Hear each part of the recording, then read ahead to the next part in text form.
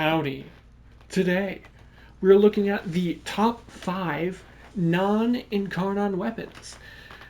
This is going to be completely subjective, of course, as with all of my videos, or I mean really opinionated, opinion-based stuff. But these are the weapons that I think are the best that are Incarnons. Because I know not everyone has Incarnons, not everyone likes Incarnons. Sometimes it can be a pain having to always build up the charge. I know that can be annoying when you're doing some really intense stuff like level cap. It can be a real issue when your Incarnon charge runs out and you're just screwed. Or you're not high enough mastery rank to get an Incarnon. Or you don't want to have to do the horribly long farm. So these are going to be weapons that are extremely strong that are Incarnon weapons. And this will be both secondary and primary weapons, but most of them are going to be primary. Ignore that I have Emblist equipped. I just had it equipped because it's funny. So, top 5. Let's see. Our first contender. Where is it? Da da da. I bet you're not going to guess what it is. Dang. Oh, here it is. I couldn't find it for the life of me. Holy shit. Okay, so our first contender would be the, what is this thing called again? Vermisplicer. The Vermisplicer's, not Zaw, kitgun. So the Vermisplicer kitgun is a chain beam tentacle porn weapon, basically, right? It shoots out a bunch of tentacles, and it chains beams of death to all of the enemies. Very, very snazzy, similar to Tenet Glaxion or Non-Incarnon, Amprex, all those weapons, very similar to those. Now, as long as you have the Vermisplicer on the primary fire, don't use it as the secondary option. You want it on a primary kit gun. Now, you can get the Vermisplicer barrel from the father on Deimos. This one I have with Brash and Macro Thymoid, or my other one is Tremor and Stitch. Of the two, I honestly prefer this one. Though, if you want the highest damage possible, just go for, the highest damage. Like, the Macro Thymoid is probably your best mag option, and Tremor gives you the most damage of all of the handles, yes. I don't know why I can't freaking speak today. Now, let's go here. We're going to use this one. Because it's a kitgun, you do get access to the kitgun arcanes, so you can have infinite ammo via Pax Charge. I don't have it right now, I don't care for it, but you could also go with Pax Soar, kind of worthless, where Pax Bolt, so that you get efficiency and ability strength on your next ability for 4 seconds after a headshot kill. This one is actually really, really nice in some builds, especially like Chroma, where you can snapshot it, the extra strength onto your Vex armor. It can be really nice. And Pax Seeker, which these can do some fairly decent damage, right? The little projectiles that come out. So this build right here is a corrosive cold build. I'm not gonna go too in depth for what the weapons are, but I'm just gonna show, a general build. I'd say this is a good, fairly decent general build that you can use. And it's going to kill these guys quite easily after we get our Guncio procs going, Galvanized Aptitude. Before we get Galvanized Aptitude built up, you can see it's not crazy. It's actually not the worst damage I've ever seen for not having stacks yet. We also have Deadhead on here, so that's going to make a big difference once that builds up. Because, Deadhead's great. There we go. First stack of Deadhead and Guncio. And our damage is already skyrocketing. Second stack, now we have Guncio maxed out, and there's the last Deadhead stack. Now, let's go into this group of enemies right here and look. Just look at how fast this can murder them. And this isn't even, the best build for killing shit. This is cold corrosive. You could have much better stuff. We got no viral here. I just have cold here because, crowd control. It's very nice to have cold on a chain beam weapon. You can just freeze everything. So I think that's pretty self-explanatory. Very strong weapon. Now, number 4 on this list is going to be the Quanta Vandal. Why am I so bad at finding weapons? Here it is. Quanta Vandal. I just did a video recently on this showing off how crazy it is. I do have a ribbon here, but we will be taking it off for this build. Don't worry. because, you know, I don't want you to think that that's what's making it do all the damage. We can replace it with Rifle Elementalist here. We'll be using a pure electric build because pure electric's actually not bad. And if you didn't know, electricity procs, if you're getting headshots, can actually get headshot kills to proc deadhead. So that is very, very nice. You can just replace Prime Shred with normal Shred. Galvanized Scope isn't necessary. This is a flex slot for really whatever the hell you want. So let's show this off. This is a very good weapon. It is a laser beam weapon. 2 lasers, extremely high status chance. It has an alt fire that shoots these little cubes that if you shoot them, they explode, though they don't do a whole lot of damage. If you're on low-end content or you're like buffing the crap out of the weapon, you can like nuke rooms with this. It can be pretty funny. But overall, I wouldn't count on it to do your big damage. The primary fire is where most of your damage is going to come from. You can get hundreds, or on chunky targets that don't die, it's like thousands of electricity procs. So look at this. This is without any of our stacks yet. You can see that the DOT is starting to build up to do some fairly decent damage. Now we actually have some base damage going on. Because it's electricity, we also get the AoE, the 3-meter AoE pulse of the electric procs. Look at this damage. Look at that. The DOT does so much. It's insane. I love this weapon more than I can put into words. Oh my god, the damage. Now, not only do you get the 3-meter AoE, but because we have punch through with Shred, we can actually, like, you know, shoot into a crowd and just spread the electricity, which will then spread between them to murder everything. It's very nice. And because we are using pure electric, there is so much room to buff this thing up. You can add in Viral, you can add in Armor Strip, you can add in, like, a faction mod, Roar. There's so many ways. This is literally just the gun itself with nothing but pure electric procs, which, if you ask me, is kind of insane.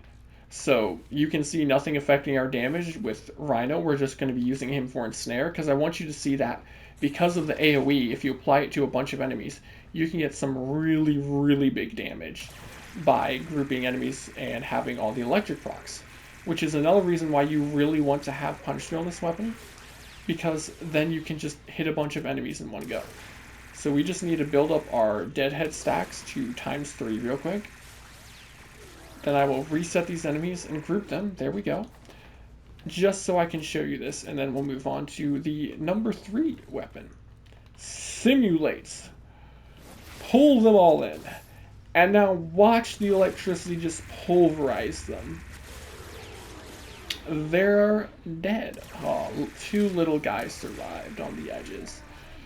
But, you know, pretty strong, and it sounds glorious.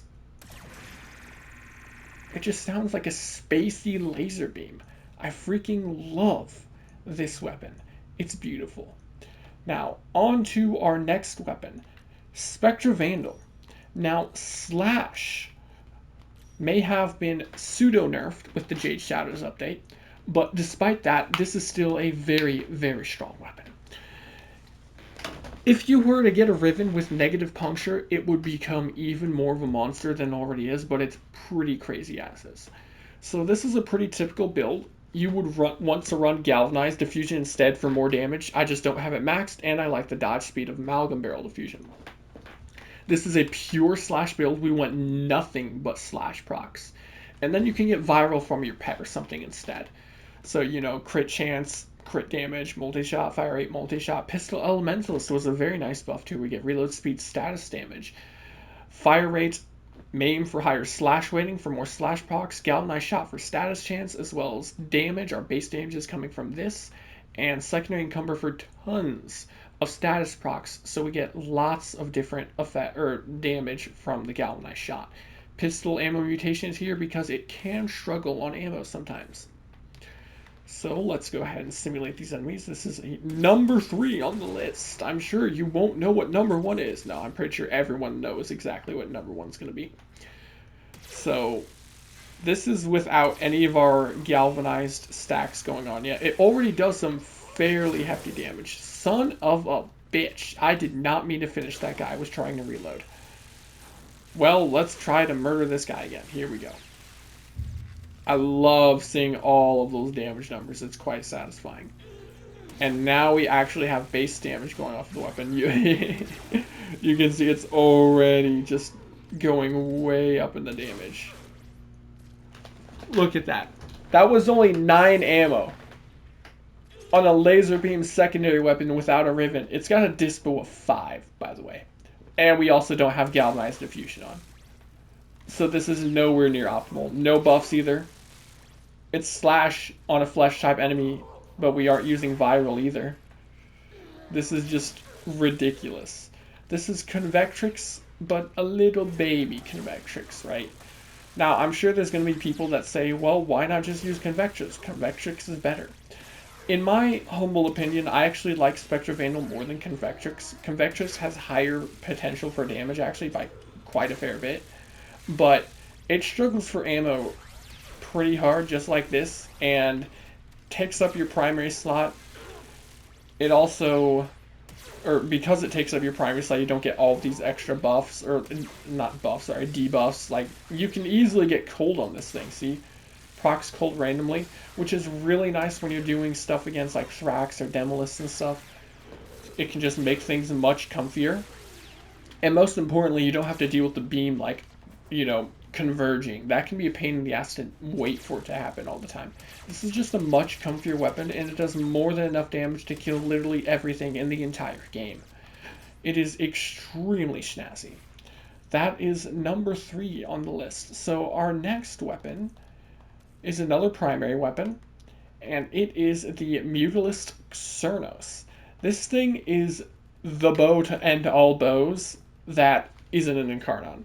It does some crazy damage. Here's what it looks like normally. If you want to know why it looks like this, I have a bow skin up, but we'll switch back to this.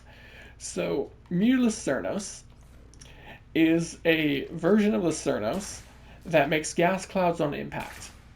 These gas clouds last 10 seconds, I think, and they don't do a whole lot, but they do have forced toxin procs. So no matter what element is on the weapon, it will always make toxin on the enemy.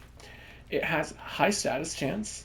That's the wrong thing. High status chance at 49%, but low crit chance for a bow at 15. It's got 10.3 slash, 10.3 puncture, 184.5 impact, and 5 toxin, so impact weighted. Now, it doesn't look all that spicy, but it can get pretty spicy. First off, galvanized aptitude is additive when charged, but the quick shot is multiplicative, which is quite strange. But, you know, do whichever you want. If you want the highest DPS, you're probably going to want to just spam the quick shot. But I prefer to, fully charge my shots. Longbow sharp shot, always a must-have on bows. That's where you get most of your damage from. It's multiplicative, and you want to get headshots anyways. Now, I do have a ribbon on this, but we will be taking it off, so fear not. There it goes. Now, we've got Amalgam Serration for base damage, in case you decide to quick shot with Galvanized Aptitude, because then, you know, these two wouldn't stack with each other, or they would stack, they just wouldn't stack additively. And it makes it easier to get kills going before Galvanized Aptitude builds up if you aren't charging your shots.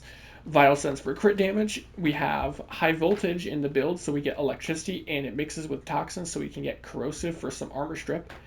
One of the really nice things you'll notice about this weapon is that because the gas clouds exist, even though they don't do a lot of damage, they can prime the enemy. They can apply tons of statuses and armor strip enemies very fast. This weapon is also able to easily make use of the Split Flights mod. You can't normally use this with Galvanized Chamber or, normal Split Chamber. You have to use it instead.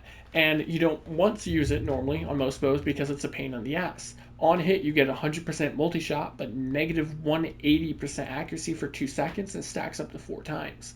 The problem is that you have to hit an enemy every 2 seconds or you lose all your stacks. But the gas clouds from this weapon that linger count towards building little stacks up. So if I shoot the gas cloud, look at that.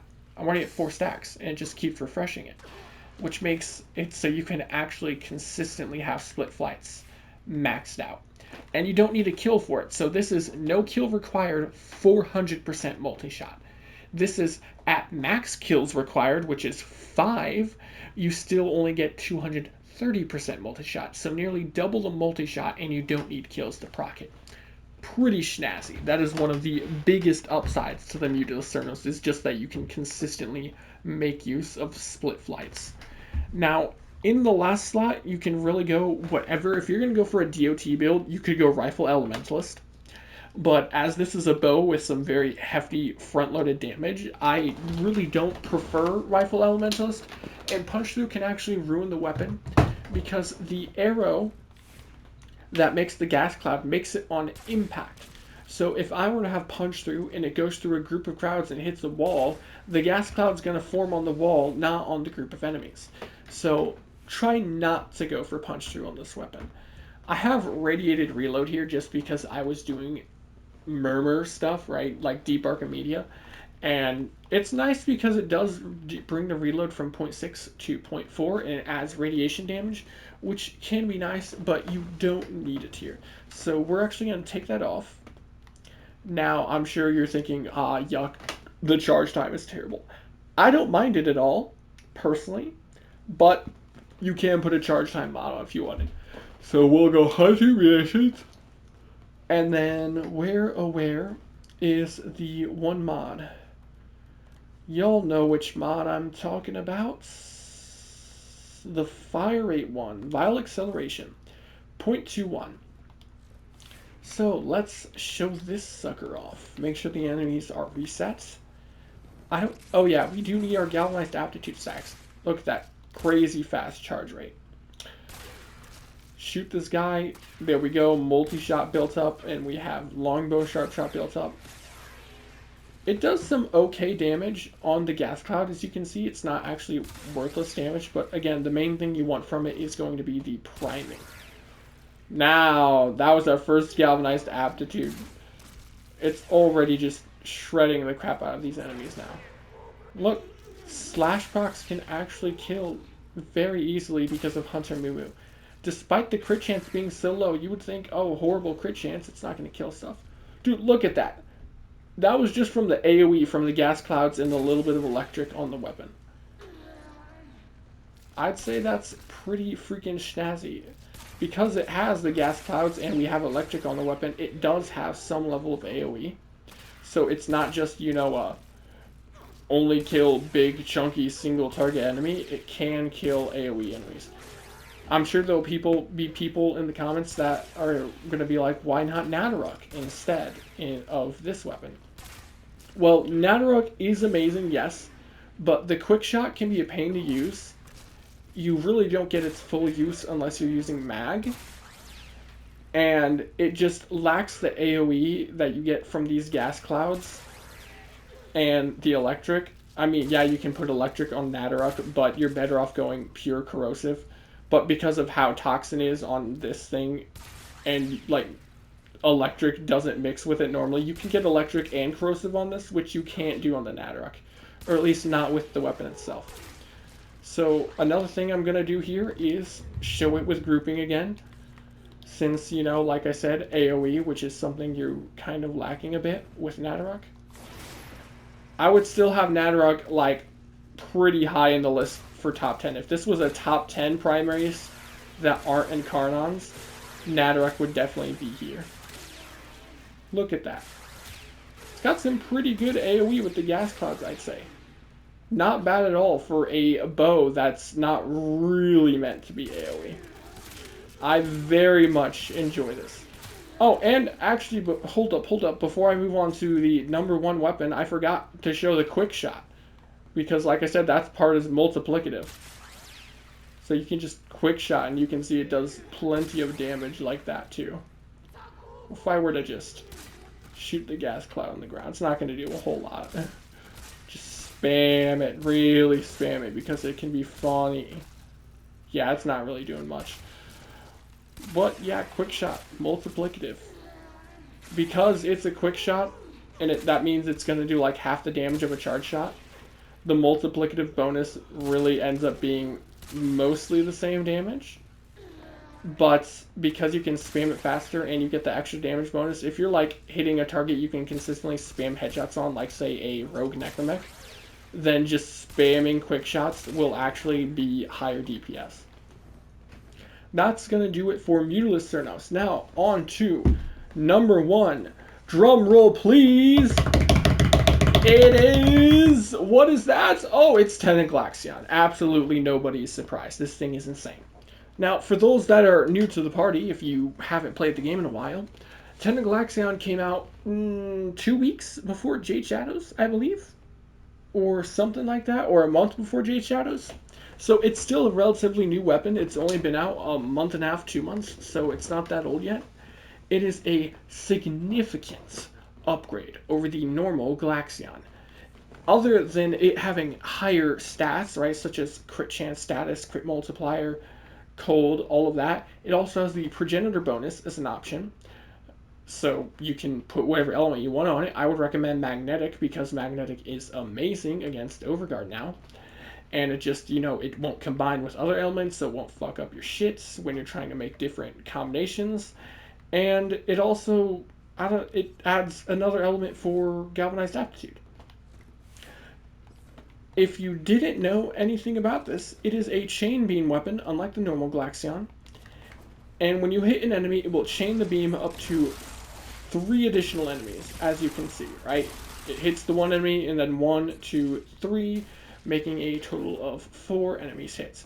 Now, punch through does actually affect this weapon, so it's worth having here. Hang on, let me go to this build. Yeah, we'll do this, remove everything, and then put shred back on. If you have punch through, not only do you get the benefit of punch through, of course, right? So like if I shoot an enemy directly and I hit an enemy behind them, I get full damage on both of them.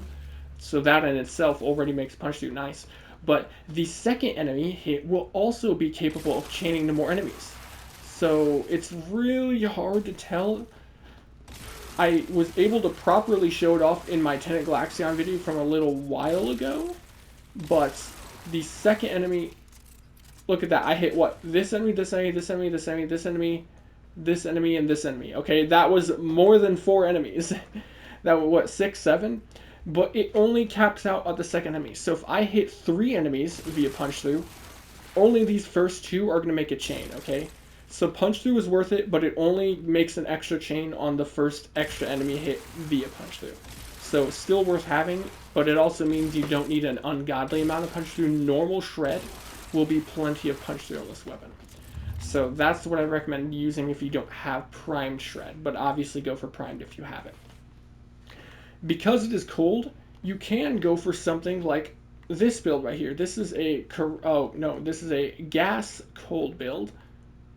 I thought that it literally says corrosive cold. It's supposed to be corrosive cold. Here, let me switch this.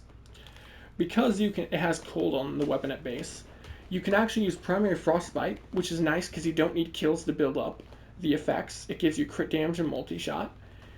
Another thing you can do, shivering contagion. We get punched through to hit more enemies, chaining to hit more enemies, tons of cold, and shivering contagion spreads it, which means you can freeze entire groups of enemies near instantly. Like, look at this. If I aim right down here, look at that, bam. 18 of those 20 enemies just got frozen. If I just, like, spam through, I did not spam enough on the left side first, but you can see what I mean, right? Like, this thing has ungodly crowd control. Everything within the vicinity is just always going to be frozen if you have cold on with shivering contagion. You will be sacrificing damage, yes, but it's not the end of the world if you were to use a frame that can buff the damage. So it's really up to you. Now, outside of that, though, let's say we wanted to just, like, see the weapon for killing stuff. So we're going to take off shivering contagion, and we will then replace that with, what am I missing here? No, I have crit chance here. I suppose we could try to fix the crit chance all the way by adding in galvanized scope, since we're not getting DOT kills. So this will make it so our crit chance actually gets fixed. So let's go in now. These enemies are all still like full HP because I didn't like kill anything earlier. This is without our stacks built up so far, galvanized aptitude, that is. And we now have primary frostbite maxed out. Got more crit chance. You can see it's doing some pretty hefty damage right now. Look at that. Beautiful. And it chains and freezes stuff, and it's just extremely effective. This is just a mini Incarnon Torrid, except you don't have to build the Incarnon meter on this. I actually much prefer this over the Torrid Incarnon. And having the base cold is so nice after the cold changes. But, that is not where this weapon gets snazzier. Next, what if we were to add in gas damage?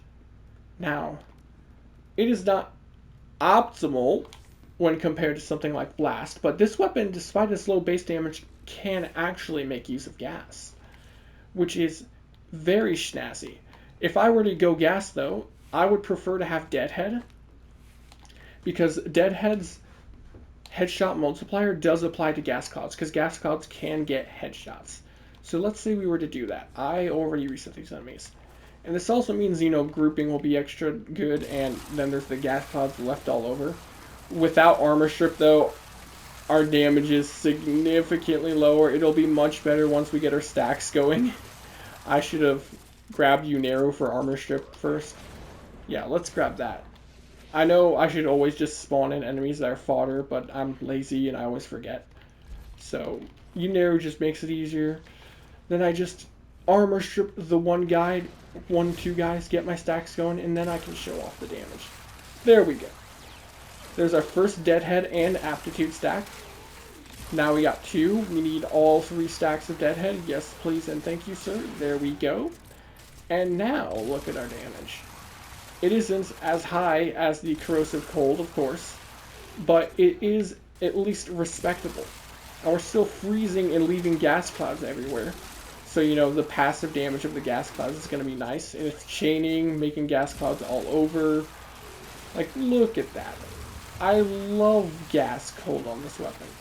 And because it is, you know, gas, you can always group the enemies, and that's going to pulverize them. Simulate. There's going to be one more element, though, Blast, I have to show after this. So now look at this. We just, you know, murk all of these enemies. It's going to do some fairly decent damage. Not as much as Blast, though, sadly, but it's not a bad amount of damage at all. I didn't have all my Deadhead stacks still, but oh well. Took, what, 1 magazine for that? Yeah, there's better weapons. But we don't have Armor Strip or Viral, which is easily outsourced. Now, most importantly, what makes this thing so crazy is Blast. Here we have a Blast Toxin build. I like Blast Toxin because it lets me use Primary Blight for extra crit damage in multi-shot, and then we don't need kills to build this up. It also means we have the extra Toxin to scale more damage on Toxic Lash should I use it with Sarin and Toxic Lash. Sinister Reach is here just for the extra beam length, of course. Oh yeah, that was on the other builds as well. Now, we don't have Armor Strip.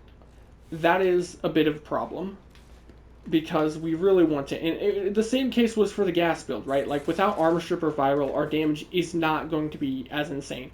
But what I always say is that Blast is great because it isn't Viral or Armor Strip. It's a different source of damage, which means we can outsource Viral or Armor Strip, giving us much higher total damage, and also meaning we get the AoE from Blast. Now, it is annoying when enemies stagger, but it's not the end of the world. So we just want to build up our Galvanized stacks first. And because this hits so many enemies and is applying Blast to all of them, it's going to do insane amounts of AoE. And when they're all grouped up together, it's going to really start melting them. Again, no Armor Strip. If you were to get Corrosive and Blast on this, that is like the best way to use it. The problem is that this weapon is already slot starved, right? Like, you want all the mod slots you can get on it. So it's kind of a pain trying to fit that into the build.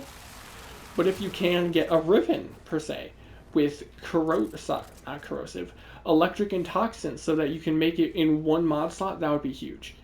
Now, in this case, we would want to get rid of one of these if we were to go for that. So first off, we would get rid of Primary Blight. We'll replace this with Deadhead. Then, because we have Deadhead here, we can actually get rid of Aptitude. It does suck to lose the extra damage and the status chance, but it's not the end of the world. Now, we go down here. We add in High Voltage. Now we have Corrosive Blast Magnetic. And Deadhead's not hard to build up even with Blast, because Blast can't get headshot kills, but it's rarely going to be an issue, or at least in my experience, it's rarely an issue. We still need to get our Deadhead stacks, though, because before then we have no base damage increase. And then, dude, I really hate how they stagger into this wall in the simulacrum. It can be a real pain when they do that. In mission, not a problem, but here, kind of annoying. Come on! There we go. Perfect. That's our first Deadhead stack. And our damage is already going to go up much higher. 2 Deadhead stacks. 3, I have to reload. 3 Deadhead stacks. Never mind, the blast got the kill. 3 Deadhead stacks, please. I know I said it wasn't a problem, now it's a problem. There we go. Okay, now we can also easily build up our multi-shot stacks. Now I'm going to reset this crowd, and you're going to see that the weapon is just insane. Absolutely ridiculous. Come back in here. Now look at this. Look at all the explosions and everything just dying. Oh my god, it's beautiful. I freaking love this weapon. And because it's blast, just like gas, when the explosions hit everything, it means grouping makes the scaling ridiculous. So if I ensnare them, because I'm on Rhino, also because there's no cap on gas cloud or blast like there's on gas clouds, this is going to really destroy them. Watch this.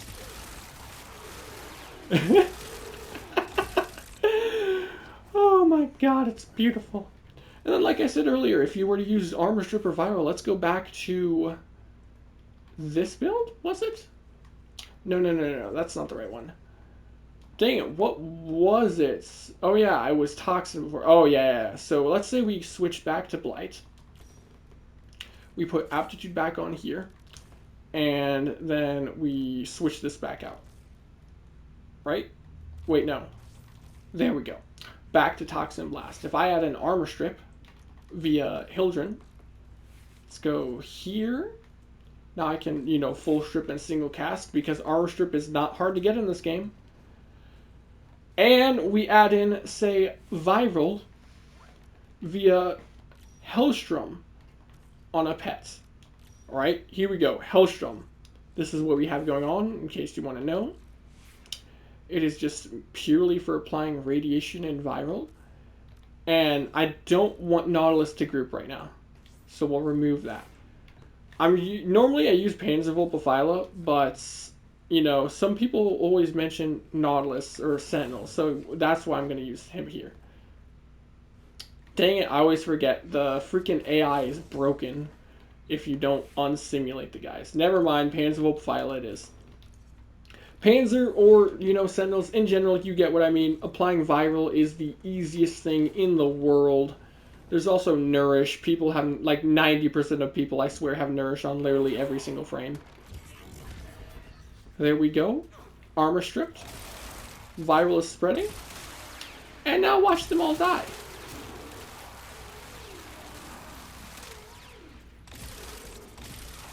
I think it's pretty obvious why Tenet Glaxion is as sane as it is. It is absolutely ridiculous that it does this much damage. And I'm so happy that Glaxion is actually good. I've been a huge fan of the Glaxion for a long time. The normal Glaxion I use religiously. The Vandal, when it came out, I used religiously. But both of them sucked ass. But this version, the Tenet Glaxion, is just ridiculous. #1 non-incarnon weapon in the game, in my opinion. Now, just to satisfy the people that are going to be like, you didn't mention this, because they are worthy mentions, some other good options if you wanted to try them would be Comrex. Actually, Comrex is pretty schnazzy. Tenet Flux Rifle, Exorgis, Batacore, Bubonico, Nadruk, of course, like I said earlier, wherever that is. Tenet Tetra's pretty great. And what was the last one? Phantasma. Yes, those are all incredible weapons as well.